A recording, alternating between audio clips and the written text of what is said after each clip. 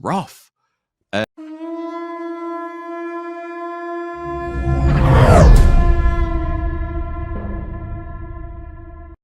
So yeah, but as we move into game, let's see if we get any level 1 cheese going on.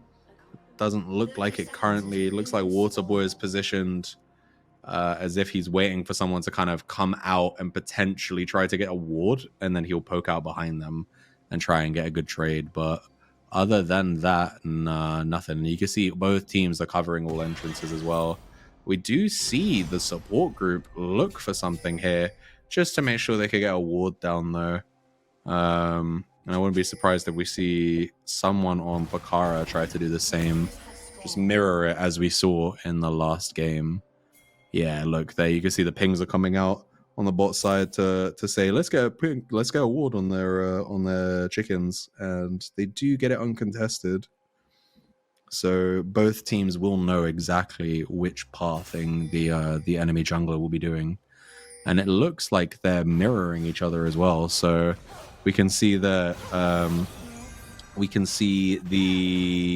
Skarner is starting top side, and he's probably going to be pathing bot for like a level 3 or level 4 bot gank. Meanwhile, the Vi is starting red side. I don't anticipate her focusing top lane at all like they did in the previous game. I expect it to be much more of like a mid focus or a bot focus from the Vi, because outside of her E, Lissandra is quite immobile, and she has a lot of lockdown potential with her W to be able to be like, you know, if Vault Breaker comes out by Vi and she just misses, if she Ws, then she's kind of locked for a second or so, which can be useful, but I don't think it's going to actually change anything, because I feel like Ahri again has a very easy time. We've already seen it in the very limited period we've looked at mid. It's quite hard for Fentonjoyer to land his Qs on the Ahri. Ahri can stay incredibly far back and farm with her Q. So it is a difficult lane for sure. But yeah, otherwise we can see that the Skarner is farming a little bit faster than the Vi. So, oh, we have an engage here going by Fentonjoyer, going to trigger his electrocute, but that is a poor flash there. He should have known he was dead. Unfortunate, I think, in general for the Lissandra, because she was the person who began that engage, and a hook here comes out onto Noiboy. Big damage going to come out, Ignite coming out, ticking away on the Jinx. Jinx may be in safety now though, as we then see a fight coming out in the jungle. But the PEKARA Brawler bot lane, they're here well before the GROMP support group can come in to help, and now we have a 3v3 going. Bomba takes big damage and has to flash out. Pizzazz misses his skill shot, and it looks like nothing else is going to happen here. Interesting to note that Waterboy decided he didn't want to full clear, and instead, did he get that there? He might lose his life for this though. That is so terrible for the Skarner. Okay, never mind though. This might be first. Okay, Pizzazz is going to get the buffs here. But is only the red buff though, unfortunately. But that is the best buff you want for the AD carry, as he is now bullying Noiboy with this red buff. Not got the range anymore, but Luka MLG is going to have to flash out from that play. And the long range from the guns. Oh my god. Noiboy here is on... Oh! Okay! Aphelios diff. What the hell? He popped him. That's huge for the bot side of GROMP support group here. This is a stark contrast to what we saw in game 1 though. The Aphelios looks really strong. And also, note his summoner spells. He has the exhaust, so he is, in theory, he is actually really ready for that Vi or for that Ahri, whoever gets onto him first. Unless the Ahri lands charms, he is ready to lock her down. If she ults in range of him and he can press D, or F even, sorry, you know, he, in theory, should be safe, but we'll have to see how it plays out. He does come with a massive item advantage here in the bot lane now, with a dagger and a BF sword versus a dagger and long sword for Jinx. So hopefully he'll be able to abuse that that AD advantage that he has just gotten alongside whatever is left of this red buff. And we see he is getting to abuse it. Luke MLG caught just a little bit too slip in there. I think he thought he was safe, and he definitely wasn't. It was just if you're in range of this Aphelios right now, you are not safe. That is the best way to put it.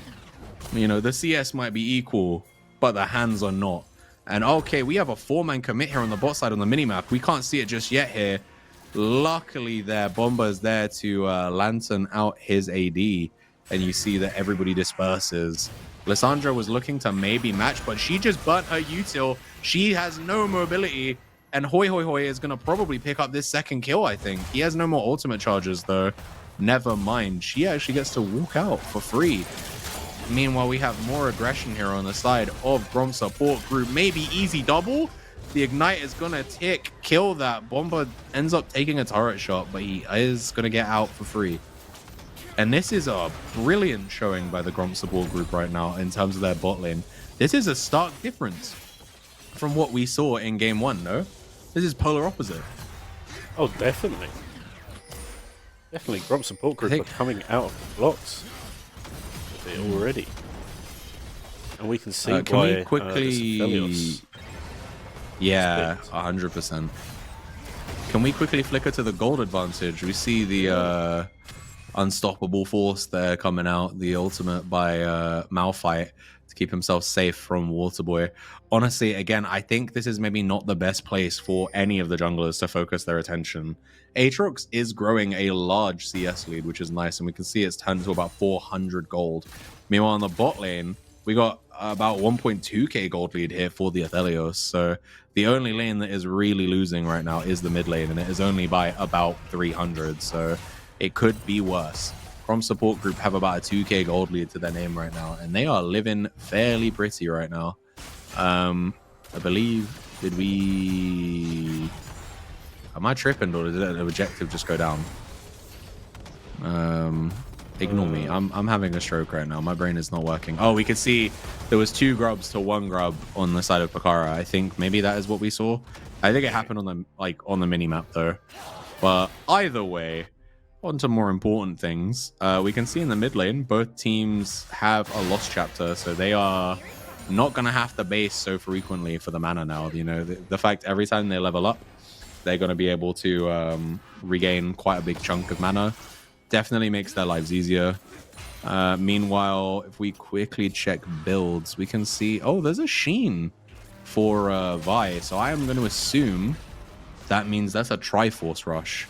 So she is gonna hurt. She's gonna deal big damage because Triforce on a champion like Vi is really good. She can trigger the Sheen with her E, and I mean, obviously all of her other abilities as well, but obviously the main one is the auto attack one. Waterboy's on a ward here though, and so Hoi Hoi is going to get good damage on him, and you know, he's not tanky yet. He's only got the Giant's Belt, and she does hit like a truck right now. Usually people max Q on the Ahri, so you know, getting a full combo off with the with both sides of Q on him pretty much eviscerated his health. And we can see there is a cheeky start of a dragon here by Brain of LeBron. Waterboy is being super aggressive here though. He has not got the HP pool to be able to play these kind of games, and we can see it really nicely layered. He hooked, sorry, not hooked, he ulted in the Lulu and then clicked on the Lantern. If they can use that combo later on in the game on a more important target than the Lulu, I can see that doing big work. But right now, it didn't mean anything, and a hook is going to land onto the Lulu, and we see Pizzazz. He's going to get some damage here. Luke MLG is going to die to the Ignite, but ADF Bomba's going to die on the other side. And this is a 4v3 right now. Fenton Joya is trying to make something happen, but he can't do much. And Pizzazz is looking to 1v1 Noiboy right now. Abuse the fact he's got the Yuntor Wild Arrows. And the Jinx is sitting on boots, a longsword, and a dagger. If I were GROMP support group right now, yeah, I would be trying to make as much happen as possible for that bot lane, because god damn, the Aphelios is fed, man. Having his first item complete well before anybody else has theirs is such a big thing. And if they can actually abuse it, if they can take that into neutral objectives in the next few minutes, you know, I think we have the... Within 2 minutes, there should be the Grump... within a minute even, the Grub should be respawning. And we have the Drake in another 4 minutes. So, yeah, I think realistically, they should be putting all eggs in the Aphelios basket right now. because he is so far ahead. Having the Yonto Wild Arrows is a big power spike for him, and if they can, you know, put that to good use, then they should be set for this game. We see the game's currently about a 2k gold lead for the side of the support group, but you know, let's see whether or not they can expand that through this Aphelios, who does massive damage to the Lulu right there. I will say that the Lulu has been a little bit underwhelming so far, but I think I don't know if that's their fault or if it's the fact that the lane is going so poorly for them. We do see 3 members here of the support group moving up to try and secure these grubs. Awkwardly, though, the only person who hasn't come is the guy with all of their gold. So, I mean, PEKARA could fight this. They're choosing not to. They're choosing to instead try to get some plates on the RE and hard shove the bot wave. Unfortunately, though, the Aphelios will get to that bot lane turret first. So he's going to be able to catch that entire wave, and it's not going to mean anything. So that is 3 grubs, and the majority grubs. So it'll be the 4th one as well. Going over to GROMP support group. Now, this is actually good play here by PEKARA's bot lane. You know, knowing that Pizzazz is on his own and that the Thresh is too busy trying to make stuff happen cross map. They are getting good trades off on him. What? Sorry, my brain is a mush, bro. We need to stop running these streams this late, dude. My brain can't handle it anymore. God damn it. But anyway, back to regular scheduled absolute lockdown. But it doesn't matter. Super Mega Death Rocket comes from nowhere, smokes the Lissandra. That was really good play by the support group, but they just end up getting punished. I think that's the second time as well that we've seen here that they start a fight, they start some kind of encounter, but they don't have the HP to really commit. They're writing checks that their ass can't cash, and they're getting punished for it, and they're losing their gold lead as well. And again, also not focusing on trying to play around their most fed member right now is a dangerous thing. If Brain of LeBron dies here, I swear to God, he should not die here. You should not die to a Thresh when he's also a level down on you. But, you know, I mean, it was really well played by the Thresh to be able to, like, layer the CC to get him under the turret and stuff. But, yeah, that's just really rough, man. And, honestly, the RE has been pretty good from Hoi Hoi so far. And it was a really good catch there. A Thresh doing that roam is able to actually secure them some gold. Awkwardly, it's secured on the Thresh, which is less useful. We did speak about that in the last game. We saw a couple shutdowns go onto the Thresh that, you know, ultimately we would have seen go on someone else. But in that instance, it couldn't go on anyone else. It was either Hoi Hoi got away or Thresh got the kill. There was no in between. And he is 3-1-4 right now, man. He has picked up all of the kills that he can. Notably, actually, all of the kills in general are on the bot laners of GROMP support group right now, as they do try to initiate some kind of dive here, but Waterboy, he just doesn't have the facilities for that, bro. He's too weak right now. He doesn't have the HP. He has just about got his heart steal, but he's got 0 stacks on that bad boy, and he is alcove gaming himself to death right now. And it looks like Fentonjoy he's caught out too. The charm is going to prevent him from being able to get anywhere. And now we've got a TP coming in from Selsin, but he's going to land straight on those chompers. Oh, no, never mind. He actually does get away. Matched TP by the Malphite. But if Malphite lands a multi-man ultimate here, it could be over for them. Aatrox is going to get smoked. And this is a stark contrast from the Aatrox we saw in the previous series. Meanwhile, Pizzazz is going to get jumped on. Assault and Battery is going to land. Vault Breaker comes out, but it's not going to be enough. Shut down. Onto the perfect target, by the way. The Jinx getting that money is huge for PEKARA Brawler, who have now made a gold lead for themselves. And they're going to get the second Drake to boot. This is an unfortunate swing if you are the GROMP support group right now, you know. First turret's going to go down here. I don't actually know if anybody got third neutral objective. I know that no one has the triumphant boots yet, so I assume that means the triumphant boots will be decided on the Herald. So if either of the team prioritize playing around Herald, whoever gets Herald should get the tier 3 boots. Because Feet of Warfare did go to the Gromp support group. That was the really, well played bot lane situation that has now awkwardly kind of been mitigated. We could see, is that Renan's Hurricane on Jinx right now?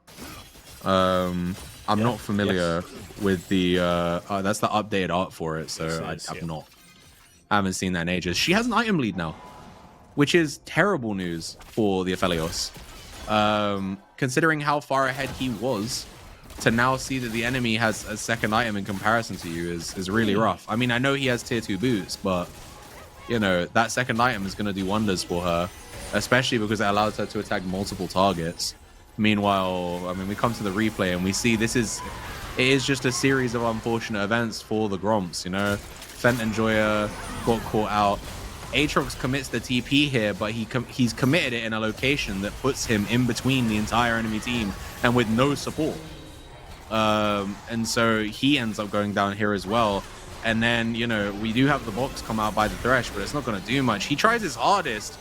Honestly, actually respect to him trying his hardest there with the hook and the flay and the box, but it's just not enough, with Hugify and the all of the abilities coming out of the Vi, who I believe had her Triforce at that point. It was just, it was a lost cause.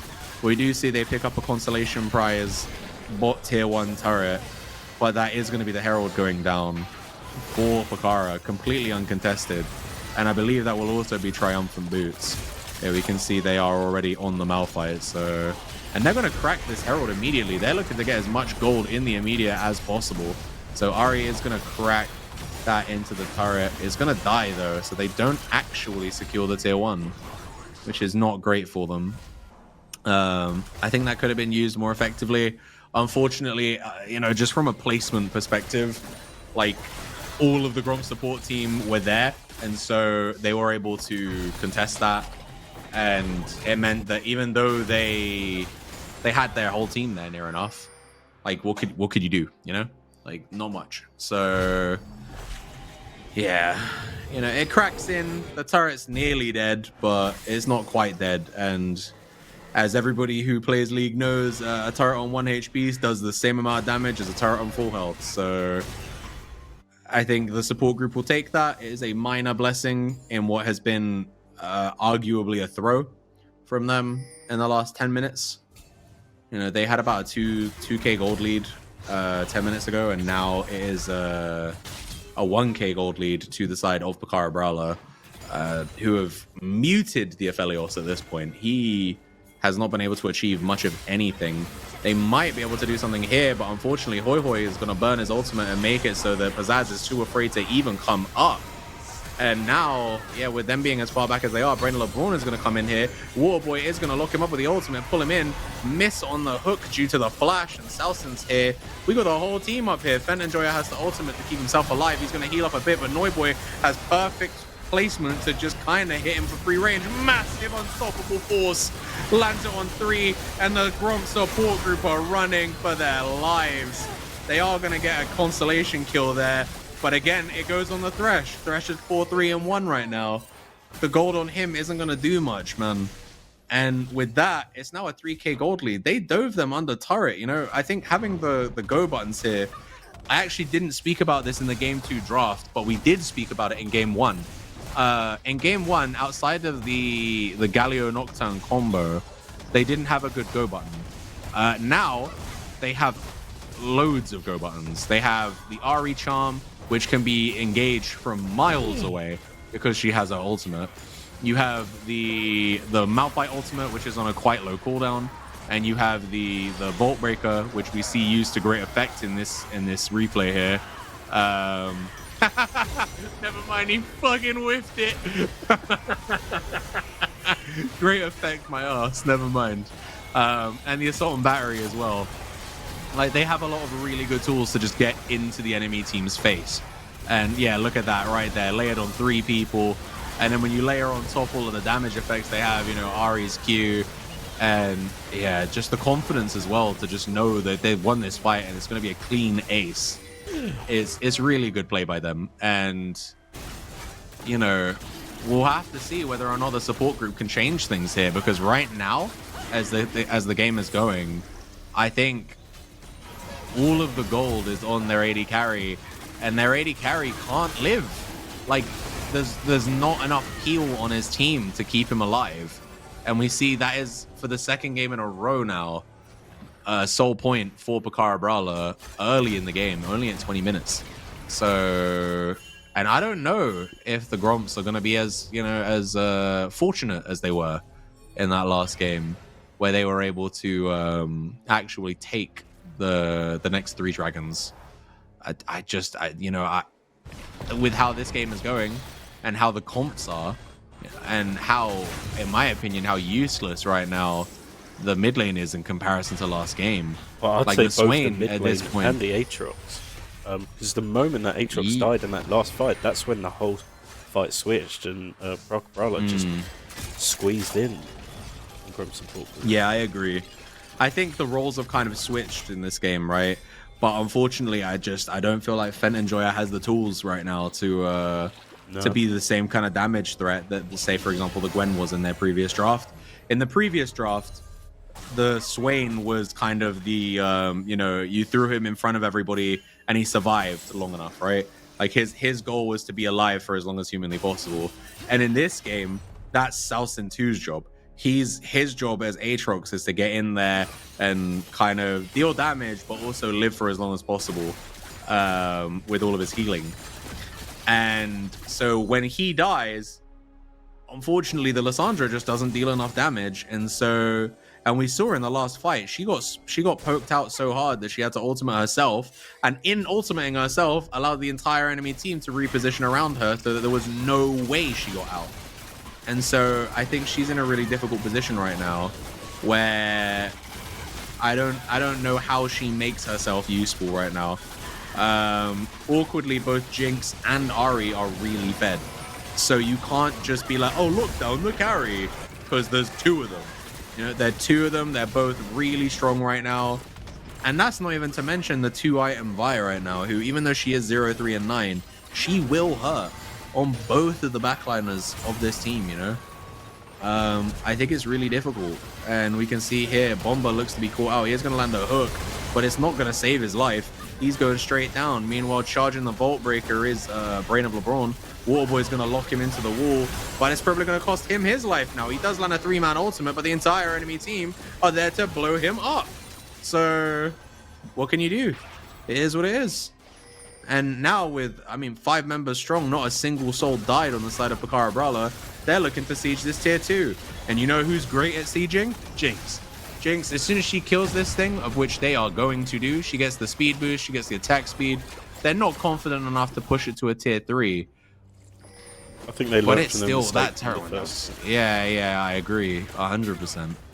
But just the pure damage on these carry threats right now, we can see again. We do have they do have the second item now. Was that Lord's Dominic's Regards on the Aphelios? Meanwhile, Last Whisper. Never mind. That's the 3rd item there for the Jinx. So Jinx is staying up in items. And yeah, there's not much at this point, I think. The CS numbers are similar, but if you are Gromp support group right now, 4k gold down, just picked up that turret. It's going to kind of mitigate a little bit of the gold lead that you were losing. But, I think generally they are, they're in a bit of a pickle, The mid lane is kind of useless, and top lane is ahead in CS, but it's impossible for Malphite to not be useful, When in the previous game, Urgot was getting outclassed, Malphite, it's hard to outclass him, Like, he has one job, and he does it well, which is engage. And we can see here, Waterboy just burnt his flash to try and lock down Hoi Hoi Hoi. But his team aren't really with him. Like, Salson was there, but he was farming the wave. And now, the coercion, the kind of cohesion is the word I meant there, on PEKARA BRALE, their whole team rolls up. And meanwhile, Salson has to burn his flash to try and keep himself alive, and Pizzazz is taking big boy damage here by Noiboy, who is gonna chase them down with the rockets. And that comes out the unstoppable force by Gross is gonna lock him down. That's gonna be 2 quick kills here. Legendary on the Jinx. And they look to be pathing towards the Baron here. That's gonna be a Baron on spawn near enough. 4 members here gonna be able to take that down with ease. And it looks like from the pings, they're probably gonna try and take the dragon too. We can see Lissandra and Waterboy look to be pathing towards the dragon as well. So I don't know if they know that the Baron is going down here, but we might have a fight around this soul here. 25 minutes in, you know, we've got a 7k gold lead, but to be fair, I think they probably have a lot of gold on their person right now. If we could quickly check gold, just to see who's sitting on what. Oh, it's only Jinx that's sitting on a lot of gold. Okay. Waterboy commits his mobility here to try and see how low the HP is on the dragon. And when it's not low enough for him to commit to the steal, he has to just leave. And that's a free 4th dragon. That's a free Chemtech soul. What can you do, man? I think, you know, at this point, it's quite difficult for the Gromps. I don't see a way, because they have drafted a team fight comp and they are getting out team fighted. So unless they can find a fight where, I don't know, say for example, Malphite isn't there, or Jinx is catching a side wave and it's like a 4v5, or Ahri's catching a side wave, and you can catch someone off guard, maybe with the E into the ultimate by Lissandra, I think I don't see how you win any fight going forward. If Ahri and Jinx are both present and your backline are getting chased away by the Vi and by the Malphite, Lissandra just doesn't have the damage, and Aatrox hasn't had the chance to get involved. And we see Pizzazz is caught out here. He does have damage, but it doesn't matter. Luke MLG nearly got eviscerated there, but he ends up getting away with about 10% HP. And then another poor TP here by Salson. He's trying to do something. He's trying to be a team player, but he's ended up getting himself caught. And he just goes down. And what can you do? Now, you know, the 3 members that are left of the Gromps are here trying to defend this top tier 2. But look on the minimap. Ahri's pushing in tier 3 top, and Vi is pushing in tier 3 mid. And if they lose this 3v3 as well, which it looks like they might, Fentonjoy is taking big damage. The hook is going to miss on Bomber. A TP is coming out here by the Ahri. Waterboy does land 3-man ult, but who's going to do anything with it? He's landing all these clutch ultimates, and nobody can hurt them. His whole team doesn't do damage. I feel so bad for him. He's 0-7-2 right now, and he has landed several good ultimates. But if Pizzazz isn't there, they just don't hurt. It's like, you know, I'm trying to think of what you would call, what was the Gromp's main damage ability? It's like the Gromp has no tongue, you know? Like, he just doesn't hurt. They just can't hurt the enemy team anymore. They're invulnerable at this point. And okay, they are going to get the nice kill here onto the Vi because the Vi overcommits. But they kill him on the Fountain. They deal more damage than the Fountain does healing. And with 27 kills and a 13k gold lead that spiraled really quickly, we're going to a game 3, man. God damn.